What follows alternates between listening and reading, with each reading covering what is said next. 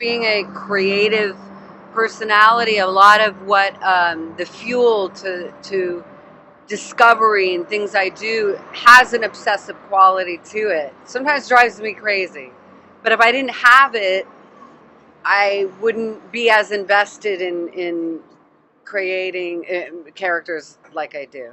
It's amazing to look back at your work and to learn what it is you were doing, because I was just all instincts, and not to be confused with an analytical point of view, because I did break down scenes and sort of understand a lot of the text.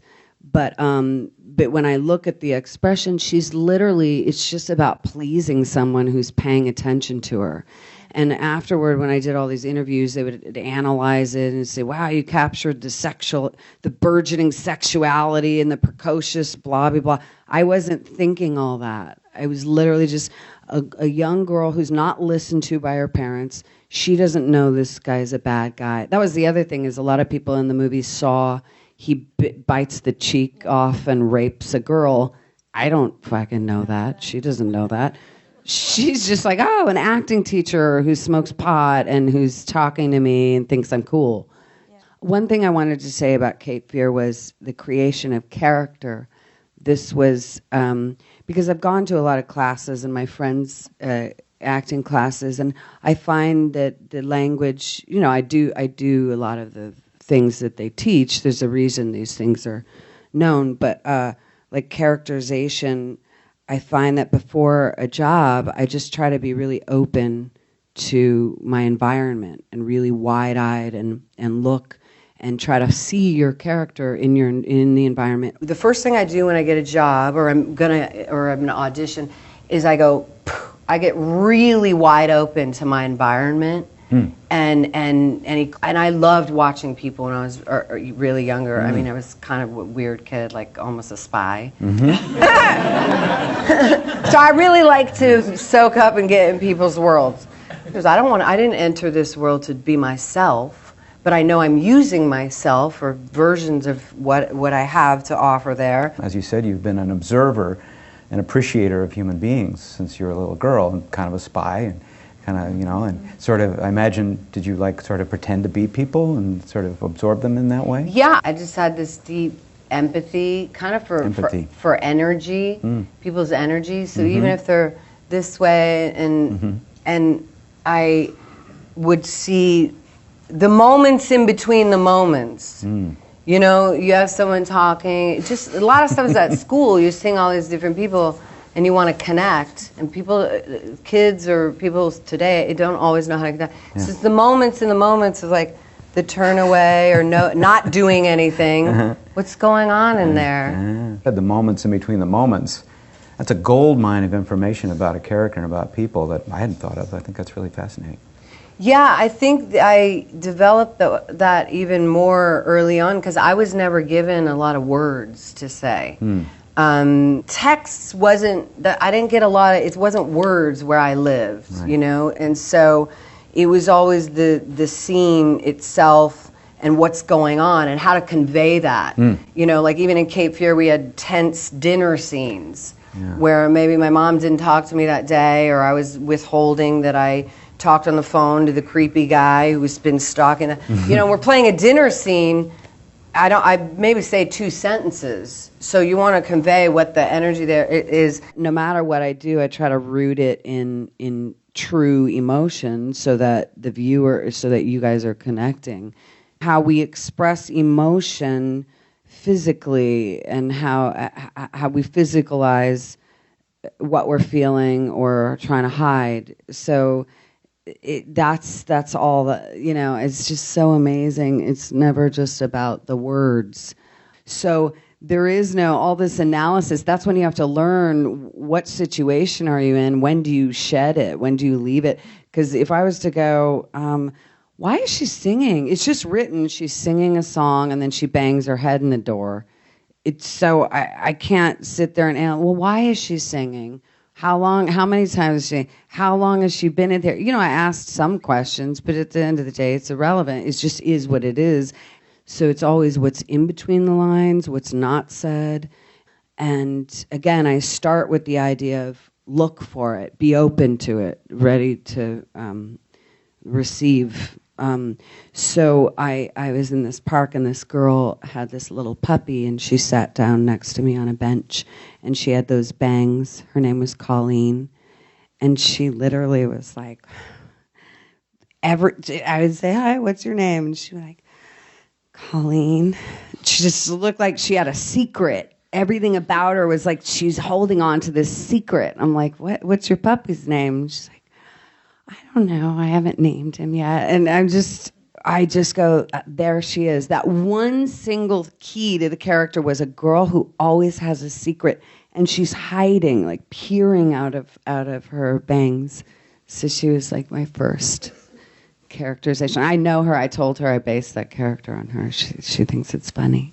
Even with the latest things, Secrets and Lies, but the behavior is quite specific. It's designed that way. Even when you train, like when they train, when you come into a space and your shoulders about that whole stance, that's the entire behavior is to assert dominance, control, and authority, which is totally not the way I ever enter a room. I'm in control here. Like, I'm more like, hey, I would like people to feel comfortable. In those YouTube rabbit holes, because I would watch hours of interrogation just because I'm fascinated by human behavior. My training is in plays and music. For me, it was always all of it.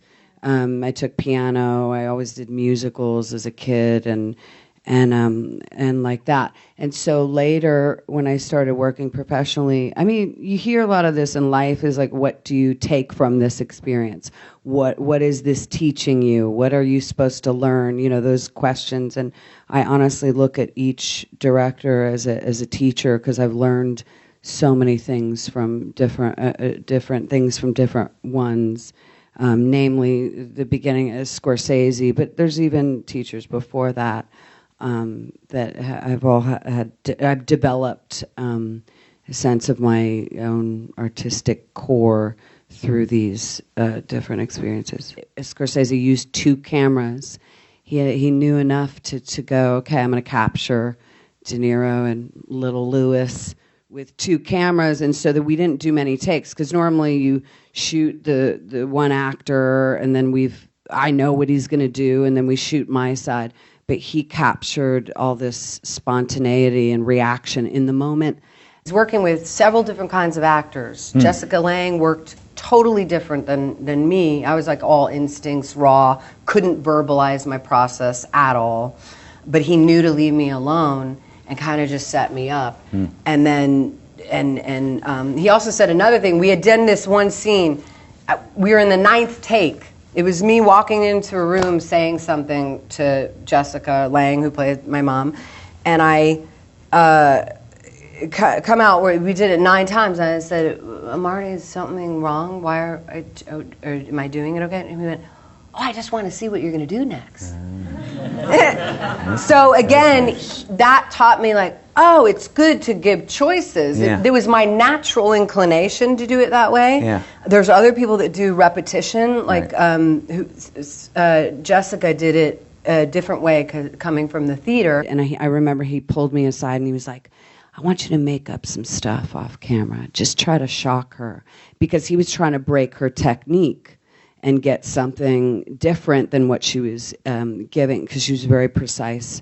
And that was the brilliance I learned about him too, is that he knew he could acclimate to her and get the best of each actor within their process. He gave me my artistic wings, and what I mean by that is he validated my instincts. And so how he handled me was to just allow me. He left me alone a lot, basically, and nurtured my instincts. It's the most profound thing you could do for an artist, is validate and nurture their instincts and their own point of view. And so I got to get the material, sort of make it my own, and be really present in the scene and make choices and try things. And I think that was really important. When before, nobody had. Before that, and it's always a funny story, I had people wanting to hire acting coaches for me and get me to conform to the kind of sitcom acting at the time in 1989 as a teenager. Yeah, which would be Hey, so valuable Dad! if you had Wait, it today. It would be so valuable today.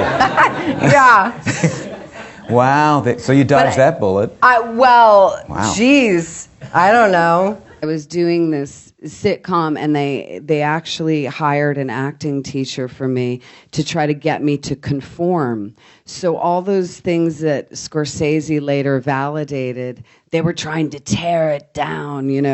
So they'd hire an acting teacher to try to get me, literally who would go, smile, to try to get me to have more energy and be stiff. Why are you moving? Oh, you mean people don't sit this way? Wow. Oh, they're just like this? Oh, yeah. By a couch? That's right. That's what they wanted to get me to do. To not fidget, to stand up straight and be like, gee, Dad, I don't understand, and deliver, to try to get me to do that stuff, because that's what was going on TV at the time.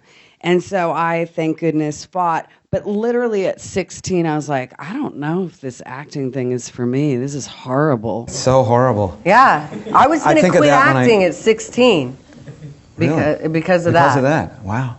It is a blessing to be humiliated. Let me explain. Or, with your tail between your legs going, I was being a jerk. There's two moments that are such key turning points for me.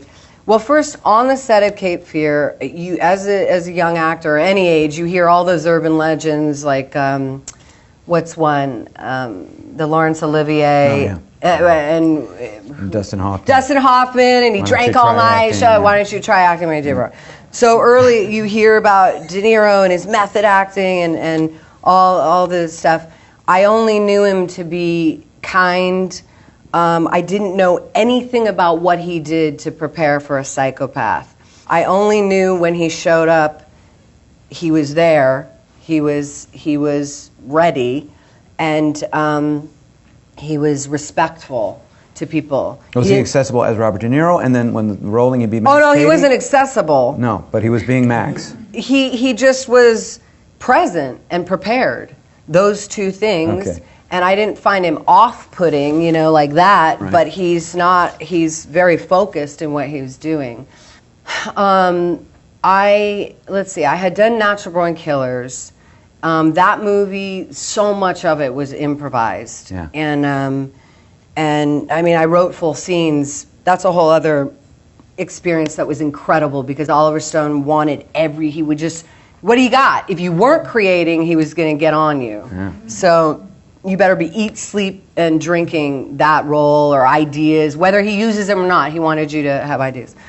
And so the movie had come out, and I was like in a different place in my life, and I didn't know it, but I came off so cocky, I didn't know, which is usually a veil for insecurity.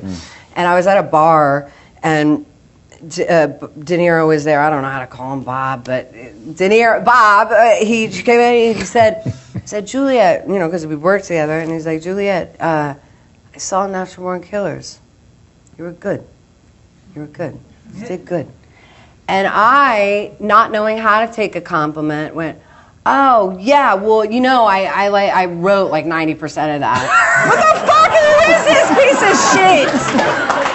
Who says that? To which he said, no. Don't you ever disrespect the writer. Don't you ever disrespect the writer or the director. No. And I was like, oh.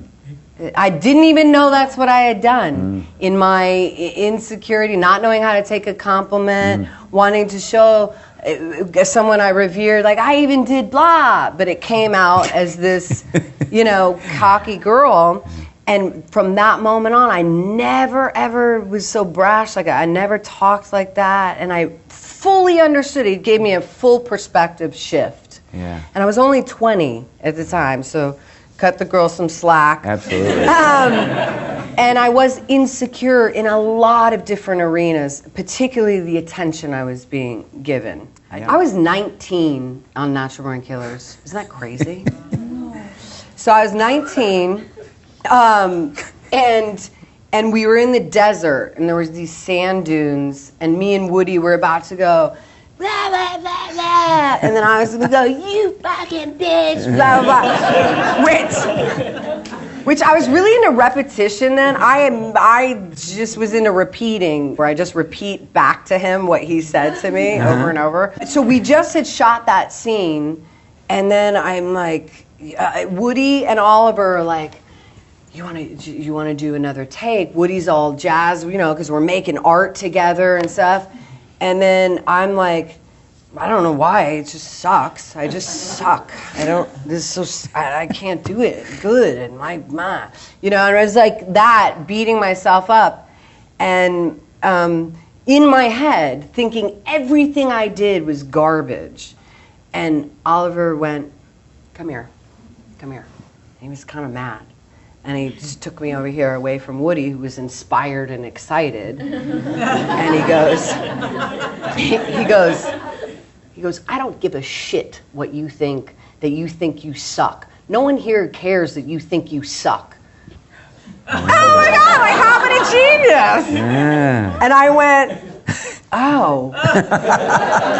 I didn't get until that minute that I was like poison. I thought that whole thing, and I've seen a lot of actors do it, thinking it's okay to be hypercritical, that somehow you're making your performance better, or if you kill it, then other people can think it's good. I've done it early on in auditions. Talk about professionalism. I've had to audition musicians, and this one guy came in. He was a beautiful drummer. He was amazing once he played. But he came and he sat down. He's like, I didn't bring my right snare, and I don't know. I guess I can work with this kit, but how long are you guys going to be here? Just complain. And I'm like, wow, this guy, I can't go on the road with this guy. No. When he played, he was incredible, and I made a decision. I told him, like, your attitude is what made you not get the job. You are incredible. And so that moment, I had no idea that if that's going on in your head, fine, keep it to yourself. Power through it, commit, but don't poison the water, or whatever the metaphor is. don't piss in the stream. Did I make that up? Yeah. The reverse of that is this striving for greatness. I mean, just be and do the work, and experience the pleasure in discovery, in working with your partner, getting into the space. I think that sometimes you have an idea, and I'm saying a lot because you have to be aiming for something, but you also, when you're on sets and you're working with other people, you're not working by yourself. It's not a one-man show. Right. So you have to be willing to lose that idea, or change the idea, or build on it, do a little less, respond to your other partner and what they're doing. So my whole thing is like, you learn about your part and how they inspire you. Like August Osage County, that girl, I understand that kind of desperation, insecurity, holding on to an illusion so much, and just the denial. And so I loved that. But you have to be willing to move within your initial creative idea, because ultimately you are working for your director and writer. Right.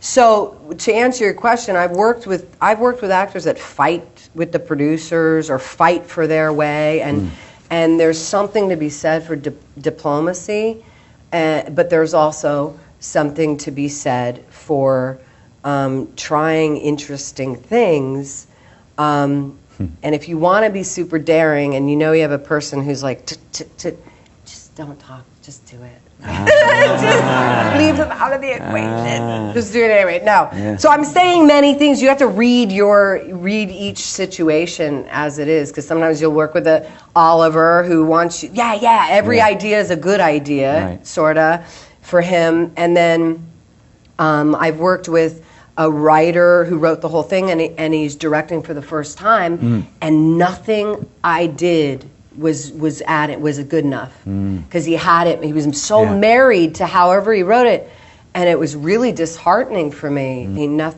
I couldn't do it right in his eyes. That was an interesting learning experience, because right after working with Scorsese, who validated my instincts and who said, I never know what you're going to do next, I worked with a writer-director who ganged up with the other actors and said, she keeps doing it different. I don't know what I'm going to do, you know. And I was like, what? Wow. Oh, I thought I'm supposed to keep it new. I didn't know how to do it. Now I know, you know, within a playing field. Yeah, not all directors are the same, and not all actors and co-stars that you work with are the same. Have you ever worked with people who are so in that character that they don't even talk to you as themselves anymore and just leave that behind? What's that like? And here's the thing. I love people, and I love the wackadoo ways that people come up with anything, and I come off as a kook to some people, although I feel like I'm the diplomatic, reasonable one on the set. But I've worked with an actor who's a friend of mine. Should I name him? I don't think he would care. Giovanni Ribisi. Let's just say it. Get it out in the open. The way we work is very different. And because I couldn't do what he does, it would take away from my process or my energy, and he couldn't do it the way I do, which is I have to commit and be in the character. I study, we met with different people, and Vonnie stayed in character 24/7, even over Christmas break. He was in character all the time. We had lunch together. So he's in lunch like, and I'm in my robe, and he's as Daniel, and we're having lunch. But for me, it would have drained me. I have to separate. I have to go in and out, kind of like a boxer. You go to your ring for a little bit and come back in. And Julianne Moore, I think, does the same thing. She just pops in and out of it. And Giovanni, though, stayed immersed in that whole thing. Stay in character. So my big thing is work with all kinds. And know when you're on the job, get into your work. Don't worry, because we are dealing with human beings and human relationships and all. There's so much stuff on a set that they're not going to teach you about, or people that are, you know, in different departments, people struggling at different places in their life, whatever. But we all come together to create illusions. And there's something fantastic about that. So I try to definitely conserve my own energy. I'm really, I feel like I'm pretty easygoing with people, and I respect, I don't come from a hierarchy place, like an actor is more important than the lighting technician or anything like that. I learned that from my dad. I'm just sort of treat everybody equal, but at the same time, when I come to work, I'm not really there to hang out. I'm not like, oh, you need me? Oh, I mean, you do it a little bit, but I'm always like wound. But that's the way I work. And then depending on the scene, you know, I don't ever get too loose because I'm at work. I'm there to. We're talking about this a little backstage. You manage your energy. You have a lot of attention on managing your physical energy because it's a very demanding job if you're a lead in a film. Oh yeah, this is just for me, because other people can go like 5 hours without eating. I can't. Yeah. So people make fun of me. I mean, these are just two. What's happening? Just a few. She put many these beverages. Here. So this was protein in case I got low blood sugar during our thing. But I'm just always fueling the machine, because it took me a long time to realize this work, you burn a lot of energy, even though you're not necessarily heavy lifting or something. And then forget about it when you're doing scenes like at 3 a.m. I've had to play like I just discovered someone murdered, and you're like expending, you're working your system like all those things occurred, the adrenal glands and all this stuff. So I'm really big into vitamins and fueling. Yeah, because there's a lot of things you can't control in a schedule too, where they go, well, we were going to shoot this close-up 5 hours ago, and now we're going to do it now it's 2 a.m. You have to be ready for that. So I was wondering, on this crazy, awesome adventure that you've been on, what is the one moment that sticks out where you were actually like pretty proud of yourself? Like, hey, I'm kicked butt. What if I cry? Is that weird? Yeah, you should. You should. A little crying is good. I don't know.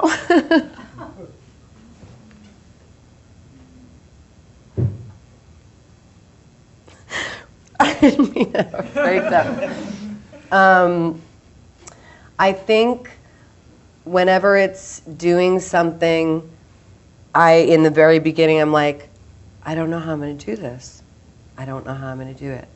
And you just show up, and you work with the people you know.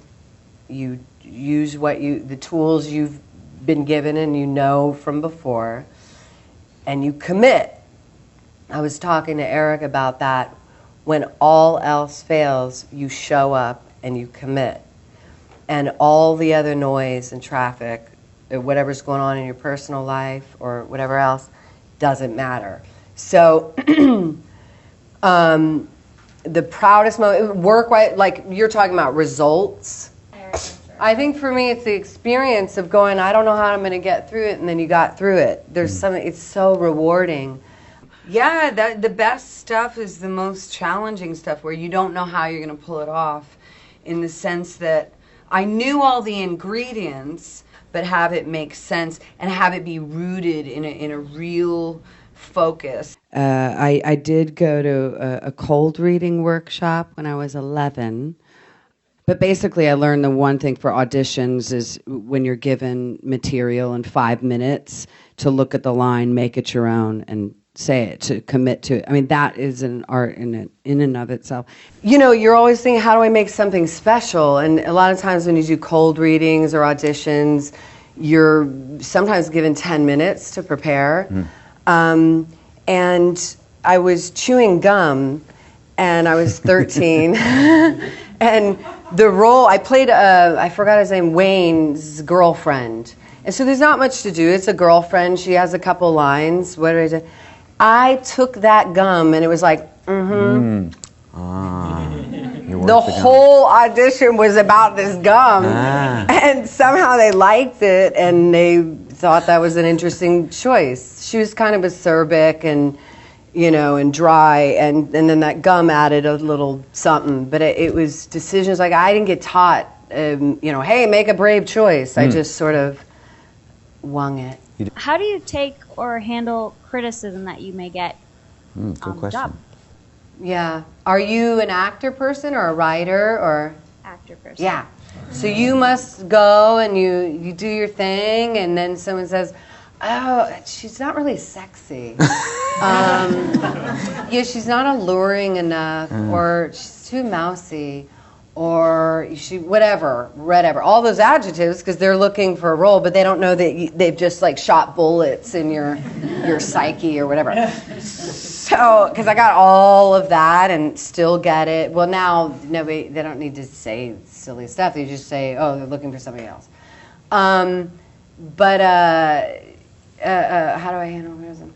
Oh, it's a short, silly thing to say. You don't personalize it. Always go, oh, my fit is not with them. And half the time, unless you are really bad, it doesn't necessarily have to do with talent. A lot of these jobs, I've lost jobs to people you'd be like, really? It's not a talent, it's... I won't name names.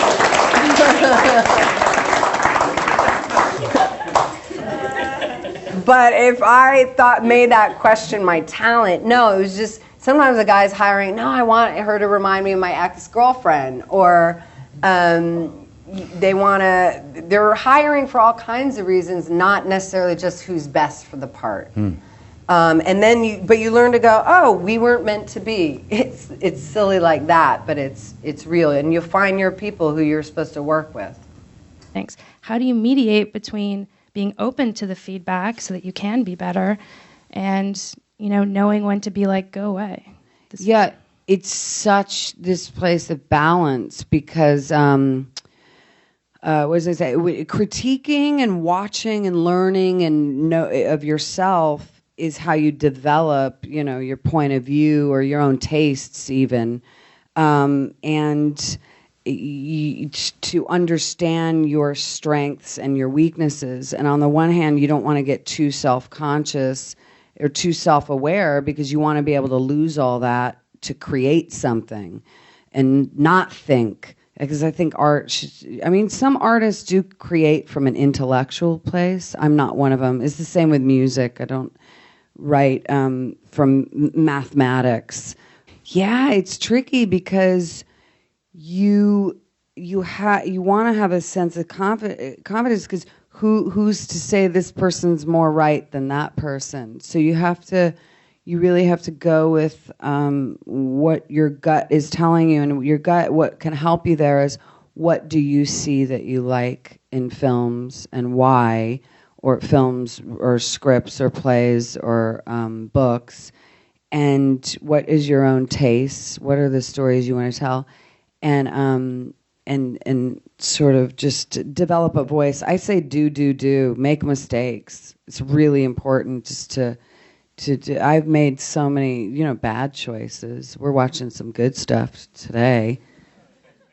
And when I say bad, meaning there's so many things involved in making movies. It's a collective, so there's so many things I can't control. But even bad choices, you'll see some of them. Natural Born Killers is hilarious. We'll get to that. But, where I look and I'm like, I don't know if I would do that the same way, Longevity, I think, is really your own investment in your dreams and your creative fire, and constantly trying to cultivate this kind of curiosity about life and discovery in art. I just started taking a writing class recently, and I was reminded, wow, to be a student again and again it keeps you fertile with ideas. So I think that's good. I'm really into classes nowadays.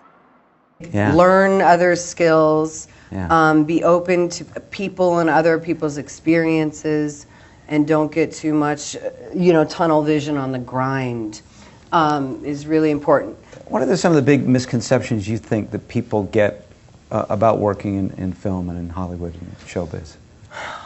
That idea that there's one big break. And I just want to demystify that a little bit, because I had a few breaks that lead to the next, Then you're in the doldrums, then you're in happening, then you're this. And it's so nice to be at a place where I have the wealth of my experience and the gratitude and the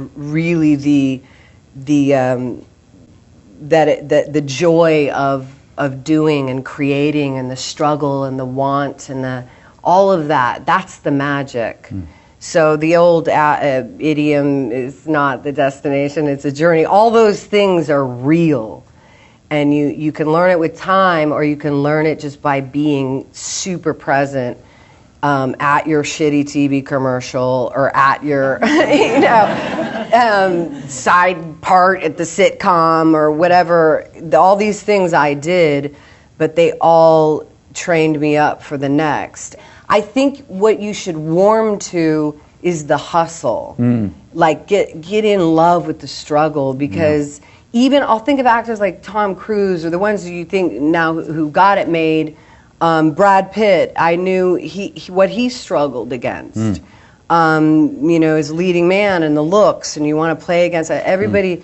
I think it's good to want to show different sides of yourself and not get mad at that they don't know I can do blah blah blah. It's like, no, they don't. Yeah. But to anybody I would say, be willing to really work hard and be dedicated and committed to what drives you, and try to maintain an enthusiasm